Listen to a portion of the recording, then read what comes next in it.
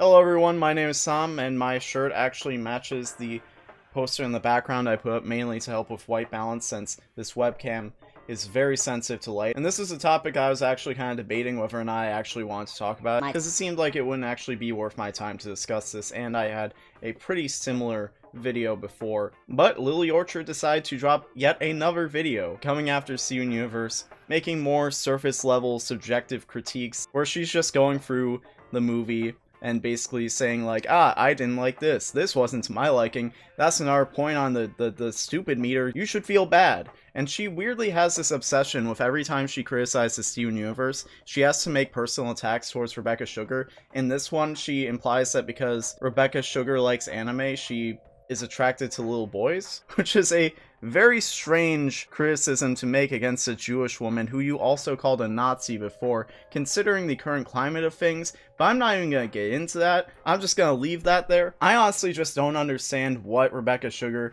did to Lily Orchard for her to have this weird hatred, one-sided beef with her. This feels like some sort of a syndrome situation where Lily Orchard wanted to get an autograph from Rebecca Sugar one time, and she told her to beat it and then went off in her Lamborghini because she insists for some reason to make these very oddly personal attacks on the people who make the media that she has decided to criticize. And I just don't understand that. But of course, I don't really have much else to say about her actual video that she made. I actually wanted to talk about a tweet that I continue to get mentions on and notifications for, and that is this tweet about how Lily Orchard really was the pioneer behind this entire narrative, that the message of Steven Universe is to forgive Nazis because of the fact that the diamonds were redeemed, which they kinda weren't. They're still kinda treated as like, yo, these aren't good people, they didn't kill them. Like, that was really the only issue there, was they didn't kill the diamonds as like a form of rehabilitation. They've been deplatformed, they've had their power removed, and that's really it. Also, I feel like it's a really I don't think that the Nazi comparison really works with the diamonds. They're really just monarchs, which, whether you feel that monarchs are inherently fascist, to each their own, that's up to interpretation, but I don't think that the Nazi comparison is really as solid as people might act like it is. Not defending the diamonds, still think there's a lot of elements of fascism there. I think calling them Nazis kind of devalues what a Nazi is. Were they horrible people? Yes. Were they, totalitarian in nature? Surely, to some degree. But to say they were Nazis, I don't know about that. But Lily Orchard was the one who essentially created this narrative that, like, yes, Steven Universe is about forgiving Nazis because the diamonds are considered Nazis in the eyes of many. Whether that came from Lily Orchard or not, I think that people would have made that assumption anyways.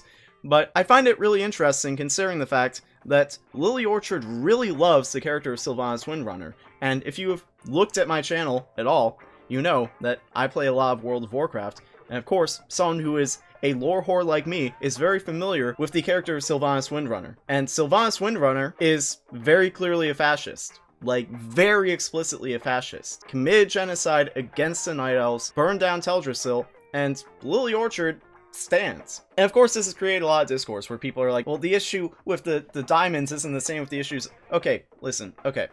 Here's Sylvanas' whole character arc. This is cutting off a significant portion of, like, her getting turned into the Banshee Queen by Arthas, her time in Silvermoon, all that. We don't need to talk about that. She was a leader of the Horde. Thrall stepped down as leader. Garrosh stepped up. He was kind of a fascist, so they overthrew him. They were like, we don't want that. Vol'jin became the new leader. Vol'jin died. The jailer, who was kind of... Okay, here's the thing. Like, this whole part of the story of World of Warcraft is really goofy. So, there's this guy named the Jailer. He's basically like the devil. He was, like, influencing Sylvanas, apparently. And he whispered in the ear of Vol'jin as he was dying, hey, you should make Sylvanas your successor.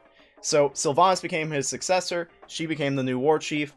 Sylvanas was an outright fascist. Committed genocide against the Kaldorei, burned down the World Tree, did a lot of not good things. The entire Horde that wasn't, like, directly simping for her basically teamed up with the Alliance to be like, alright, we need to get rid of you like we got rid of Garrosh. Again, this is one of Lily Orchard's like favorite characters. Like, dude, she literally references Sylvanas in the video that she posted as of today when I'm recording this. Was it today? I don't even know. I don't care enough to check. But like, she loves Sylvanas, and here's the thing. I'm not gonna be like, oh, well, you're problematic for liking Sylvanas. I like Sylvanas too. I think Sylvanas is a very sympathetic character. When you go back, the shit that she went through to get to the point where she is a very tragic character. Does that excuse anything she did? No. And as far as her redemption goes, now she just has to go through and like deal with all the souls in like the, again, last expansion was kind of goofy plot wise, but you basically go to hell, and like she just has to go through hell and like save all the lost souls of the Kaldori that she genocided. And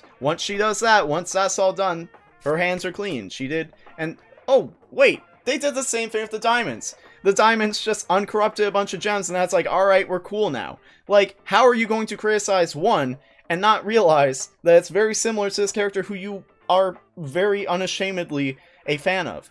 And again, I can understand liking Sylvanas, because I also like Steven Universe. I also see the merit of the story there. And honestly, Steven Universe's story is much better than most of World of Warcraft, and I know that's not saying much. That shouldn't be contested, because it's not saying much. So my point ultimately is like, why is it that it's okay to make all these like attacks on people's characters and essentially bully people for enjoying this thing, and really going ham on the fact that like like, bro, she was throwing strays towards the round table's direction for being like, oh, I'm making grown men cry because I made fun of a cartoon. Bro, like, you're just being a dick and people are calling you a dick. That's what the situation is. You're being an asshole. Nobody can bring up Steven Universe now without people repeating what you have said and using that to just be a dick.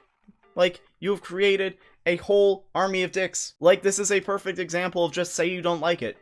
Say you don't like it. Nobody is saying that you had to like Steven Universe. You cannot like it. You're allowed to not like it. You don't need to create this entire narrative about how Rebecca Sugar, who is not... You don't have to make this entire narrative about how Rebecca Sugar is a Nazi and also now apparently a pedophile for liking anime and for...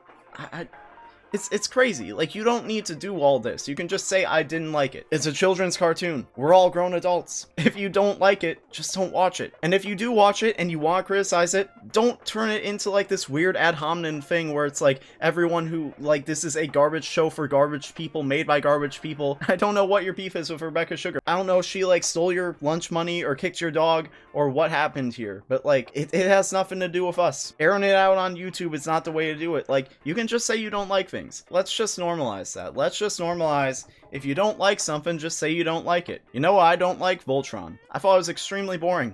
None of the characters I cared about. I didn't care about any of the characters. I thought the soundtrack was nauseating. The setting wasn't great. They did queer baiting too, which is like also not a great thing. But guess what? There are people who enjoy that, and I'm not going to be like, oh damn, so you're homophobic? Do you see how crazy that is?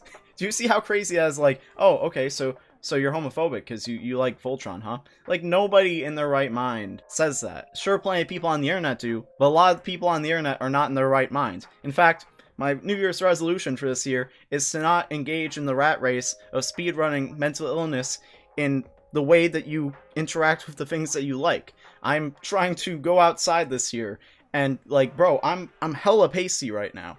I've not gone outside enough this year. I've spent way too much time looking at this stuff and just letting it rot my brain. I'm ready to go back outside and attack that with New Year, but thankfully, it's December 27th as we're saying this, so I don't have to do that yet, and I can still engage in this discourse for another 4 days, and 50% of you are not subscribed, so you should do that, and that's about all I gotta say.